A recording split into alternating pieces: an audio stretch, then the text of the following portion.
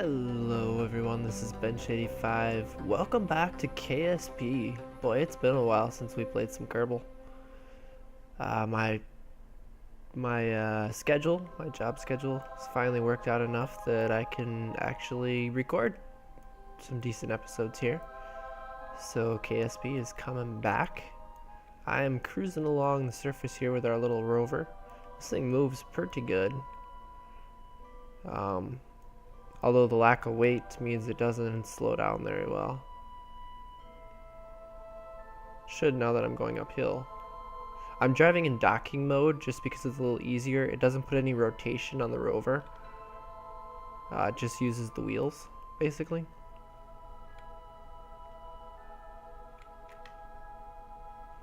Only problem is that turning and stuff sometimes is not easy. I wanted to go over here. I was going to show you guys this rock. Something kind of cool that happens in KSP with the procedurally generated ground scatter. I'm actually sliding sideways a little bit. Ready? 3, 2, 1. Goodbye, rover. The ground scatter is not physically there. Like it's shown, but there's no physicality to it. So I think we're gonna head up here to the top of this hill, and then we're gonna have to stop before we get to the top of the hill because we really don't want to go off the edge. But we're just kind of scouting around a little bit here, watching my electric charge. Apparently I don't quite have enough energy produced by this guy. It might be the fact that, let's see. Yeah, sun exposure is not the greatest. This rover will probably work best when the sun is low over the horizon instead of high on the horizon, like it is right now. I mean, it's almost straight overhead. You can tell by the shadow.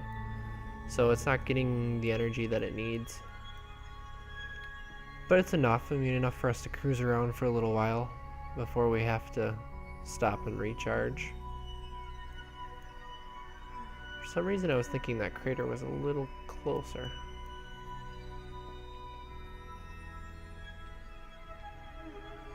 Let me get it oriented here. It's gonna take off down this hill, so I can just let it charge up. No, yeah, we got a little ways to go before we get to that crater. Because that crater is way over there. Wait, there's this big one here. Oh, I think I'm headed in the opposite direction than I thought I was headed.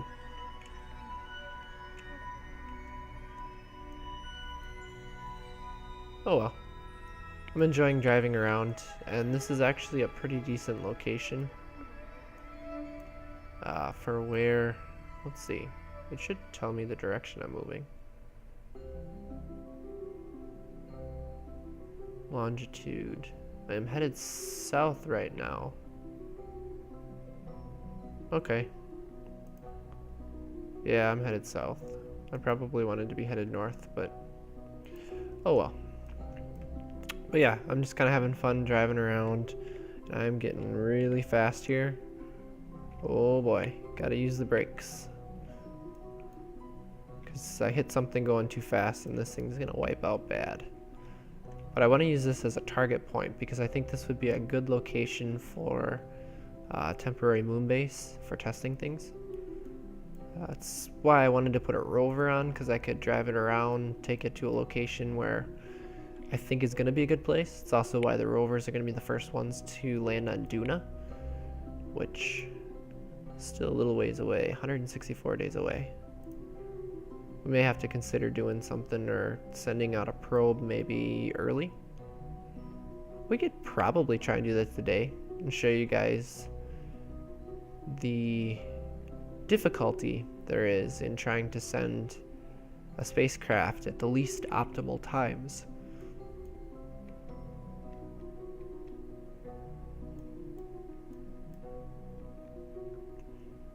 But yeah, I'll probably, let's see. looking for a decent location here.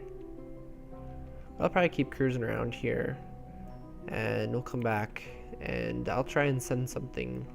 I think I'll try and send something to Duna just to see how it goes, and then maybe to finish out the episode, we'll send up the. Let's see. We'll probably send up the Destiny lab to the space station, which is going to be the big section, biggest component that we've sent up so far. So I'll be back in a little while. Alright guys, here we are back on the launch pad. I have the Duna probe ready to go. We have quite the cargo here. So let's throttle up. Actually, we don't want to be that high. Maybe right around there. SAS is on. 3, 2, 1, launch. Okay, I might have been a little low on the throttle to begin there. But this thing will start picking up speed quickly, so I figure keep the throttle low.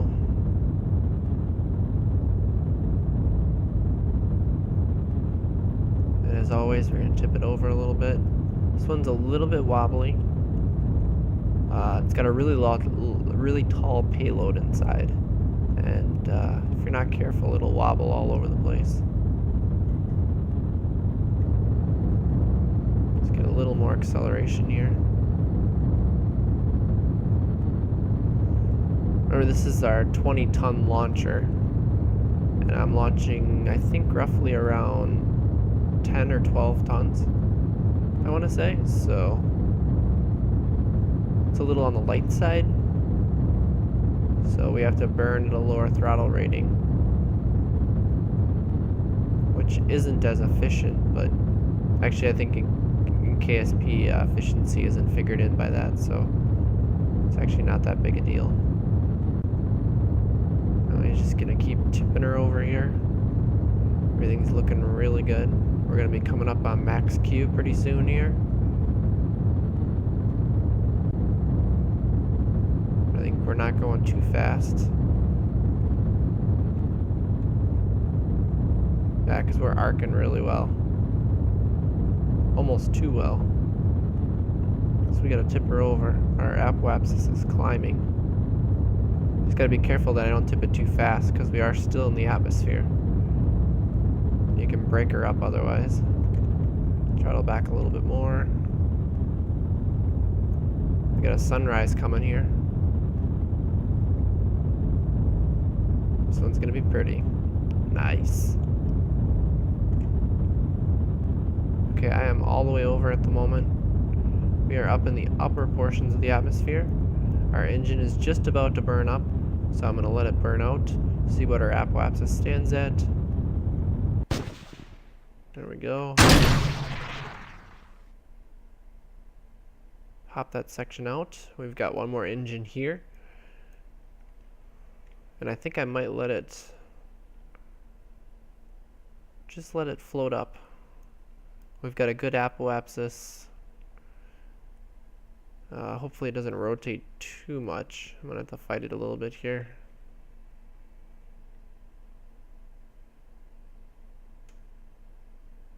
Actually, as we're coming out of the atmosphere, we can eject the next stage. And we can see our payload. Now, it might be hard to see, but we have a nice satellite right up here. That's what that portion is listed or set as. This is the transfer stage. I'm using a nuclear engine. We've also got fuel left in here that we'll be able to use for the burn. So we might actually be sitting pretty. But we're going to need the fuel. I think I've got about 7,000 Delta V installed on here, or somewhere around that. And you don't need anywhere near that to get to Duna normally, but because we're going out of sync and at a poor, I think a very poor trajectory, we're gonna have to see how it looks. I'm gonna fire up the engine here. We're actually coming up on our apoapsis quickly. I got a little too close. We're gonna have to burn baby burn if we're gonna get into orbit. So we're gonna start coming down here. I'm gonna keep burning up. We gotta get her up to what, 2300 almost? This is gonna be tight. We may dip back. This could be not a good mission. I totally overlooked that. Come on, baby. Get to space. Stay in space. We're in space. 2000. Okay, we're looking a little more hopeful here. Liking our chances. Oh yeah, we're gonna get into space, no problem.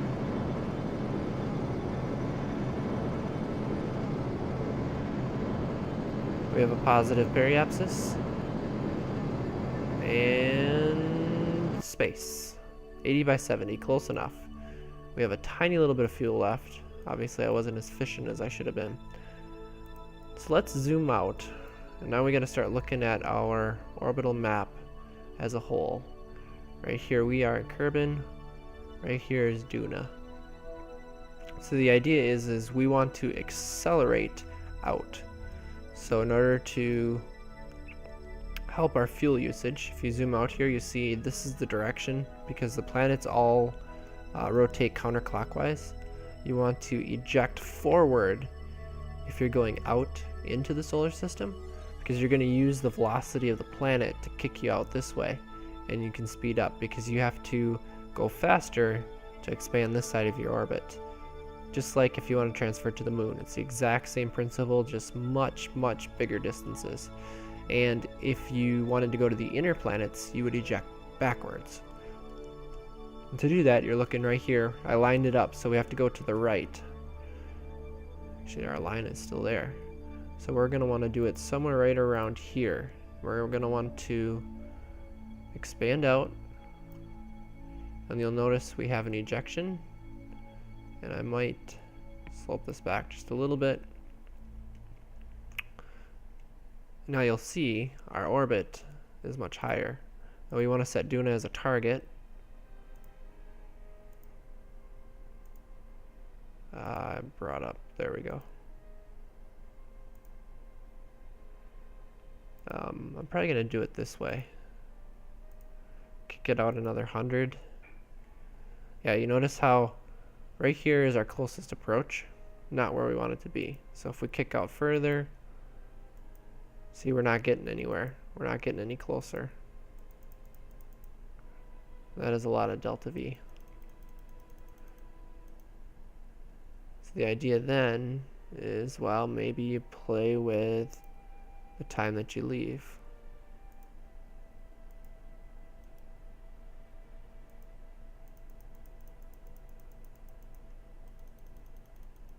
But that doesn't seem to adjust much.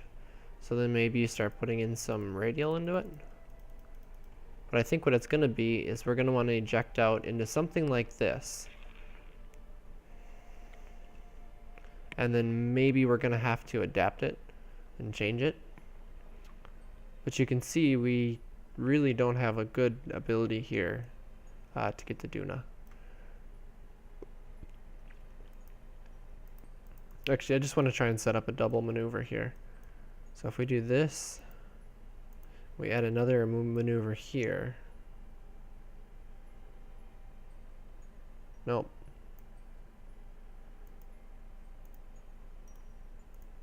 Let's try that again.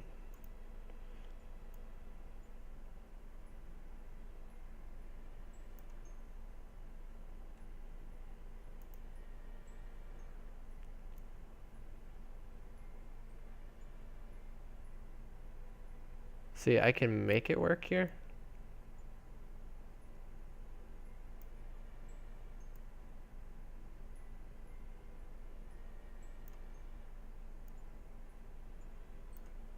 But you see how much delta V it's using? Right there. Oh boy. So we have 1100 here. Plus another 850, so figure 2000, 5500 delta V. What does the vessel have? We have 7800 delta V. So we could probably do it. Maybe we should try this.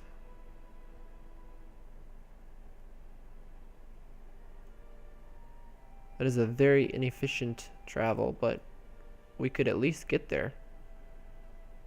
But yeah, 5,500 delta V. Well, you know what? Let's try and do this. First, we gotta find our maneuver node.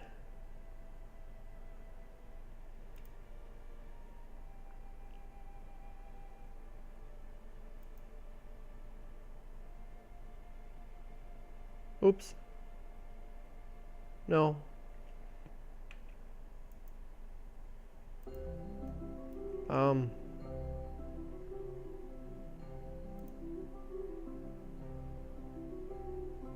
That is not what I wanted to do. This should be 1100, and this should be 0, and this should be 0. Okay. And then a second node somewhere in here. I wonder what happens if I change.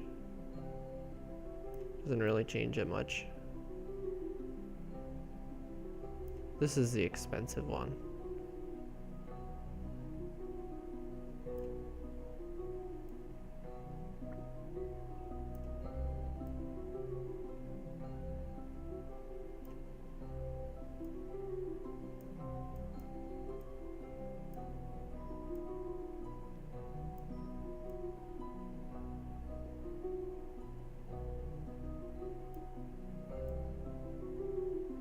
Not really getting anywhere, are we?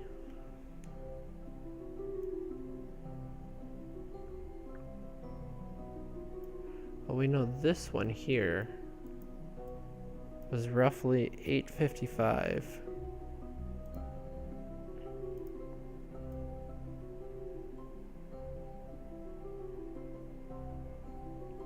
There we go. Got it.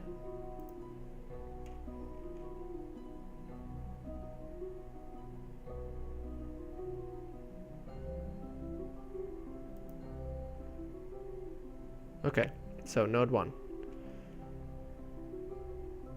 Estimated burn of 1 minute 22 seconds. That does not seem right.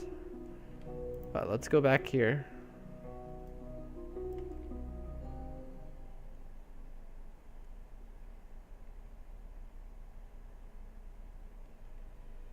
No, no, no, no, no, no. Something is not right.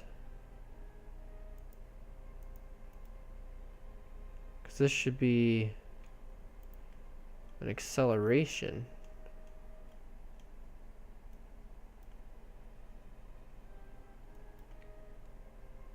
Oh wait, where am I? Right here. Oh, okay. Actually, this might be right. I am confusing myself. Okay, come back here, node.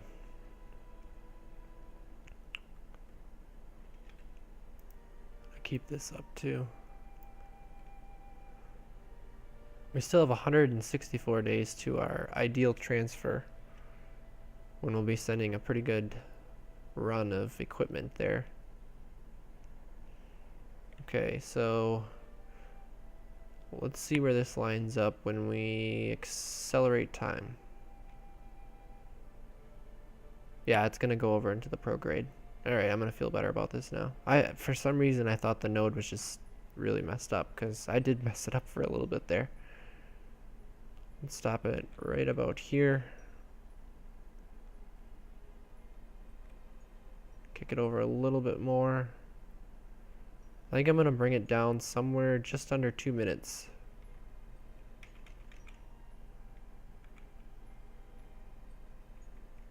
And I think I'm gonna start burning, because we don't have a lot of fuel left in this stage. Like that. Oh, there we go. We'll start up the nuclear engine, and we'll start burning.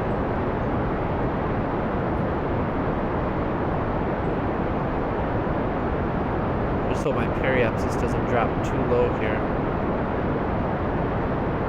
Okay, I'm almost to my periapsis, so it's not going to be able to drop that far. Yeah, this is a big burn, and I gotta watch this because nuclears are prone to overheating. They don't like being burnt at 100%. But it might be okay. Yeah, it's glowing red. And periapsis is fine. We are right on target with our node. And we have a ways to go.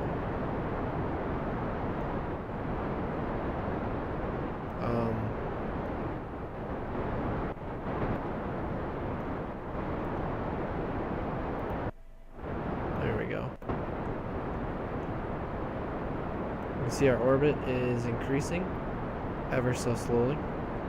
That's what I mean. This nuclear engine is extremely efficient, but it is also extremely low thrust. How are we doing on fuel? Oh, we've got a lot of fuel left.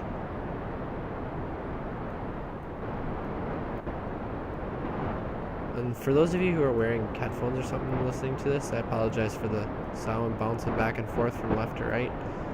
It's something that KSP has always done. It's been a little bit buggy.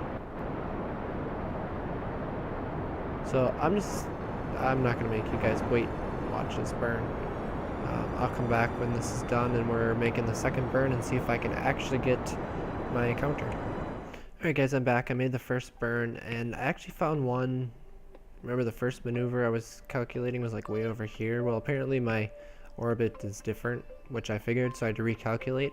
I got one that's only 3 days away, and it's gonna reach it in 224 days. So it should get there before anything else we send there gets there, but it's still, you know, it's a ridiculous amount of fuel. 3,600 delta V we need. Now, it was originally going to be like 69 days ahead, and I wasn't going to fast forward, but since it's only 3 days, I'm actually going to jump ahead. And I need to watch, now that we're getting out this way.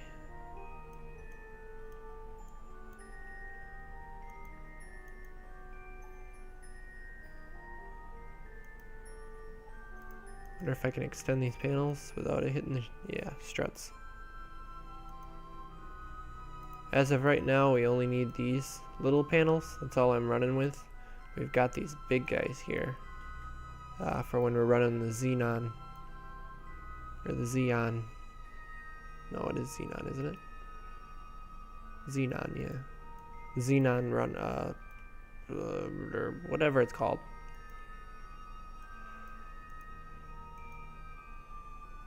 The ion thruster. But anyways, electricity is sitting good. Goodbye, moon. Nice seeing ya. Guess we don't have a view of Minimus. There's home. Drifting away.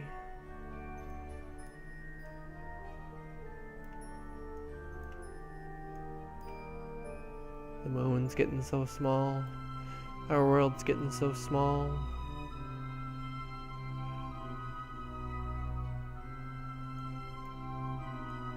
And now you start to feel very alone as the planet disappears.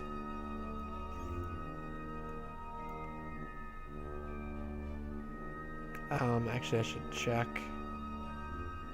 Make sure 5 hours. I don't want to accelerate past our Kerbal escape here. I want to slow it down.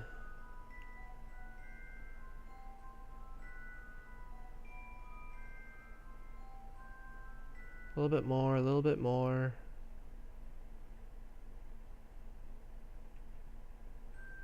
Actually, our node, hour 22 away, 40 minutes. See, it's not far away from our escape point here. 5, 4, 3, 2, 1. I guess.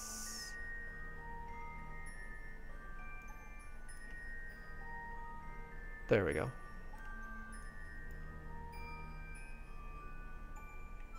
We should be 38 minutes away. It's got a 9-minute burn, so we're gonna go with about a 4.5 minute. Although We only have 3100 delta V. We need 36, so the last of it's going to be on our ion propulsion. So I'm actually going to stop it right around 7 minutes here. We need to find our maneuver node before we get there. And judging by how much time this has taken, we will not be launching the Destiny Lab this episode. I think we get this maneuver set, we get ourselves an encounter with Duna, which is hopefully what we're going to get here. And yeah, then we should, I think we're going to have to wrap up the episode. So we've been playing with this spacecraft for quite a long time. But that's what I mean, it's very complicated when you try and get to a planet out of phase like this. And the idea of phase alignment is, you know, if you put Kerbal on the 6 or the 12, having Duna at a certain location. And I think it's about right here it needs to be. I think. I'm not exactly, I don't remember exactly. But that's what the Kerbal alarm clock calculates for you. So now we're at the 6-minute mark, and I think I'm going to accelerate now.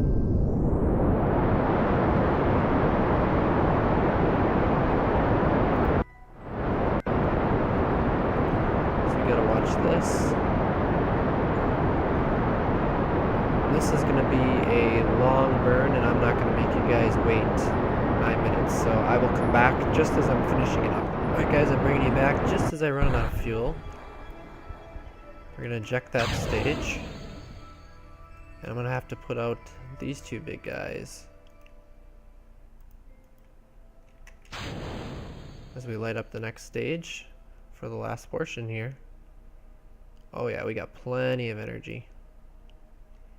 And now it is a slow, very slow 2-minute burn to get the last 85 or so meters per second burn here. As you can see, as we're going here, Earth and the moon still hanging out here. And I can't quite see it, but I think Minmus is somewhere out here too. Oh, right there. Just picked it out. Right at the cursor. Very hard to see against the stars unless you're close, but you can see it kind of flickers and wobbles, which I think is actually a really cool touch for what they did. But yeah, we've got, as you can see, plenty of delta V. So hopefully when we get to Duna, we can slow this baby down and get into orbit. There's no guarantee on that, and I really don't want to take this through.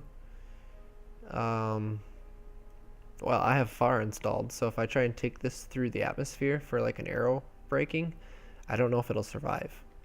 And I don't know if I have the energy reserves here to handle going in and coming back out and having enough electricity afterwards to get the panels back out.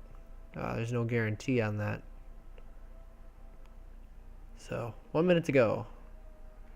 But now's where we start watching our orbital map here.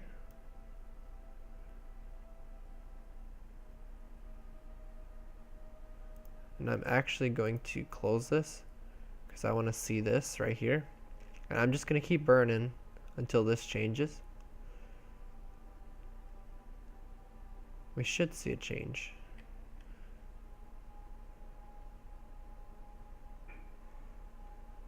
Getting closer. Separation is still dropping. That's good. That's on the plus side.